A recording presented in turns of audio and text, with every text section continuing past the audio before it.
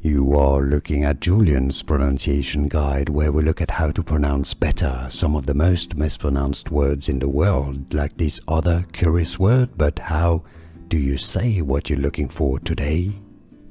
We are looking at how to pronounce this word, the name of this spice, as well as how to say more food names and French cooking terms in particular. Stay tuned to the channel to learn more.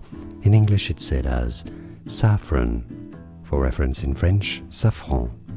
Saffron, saffron. And now you know. Like this video if you found it useful, appreciate your support. More videos for you here to learn more. See you there. Thanks for watching.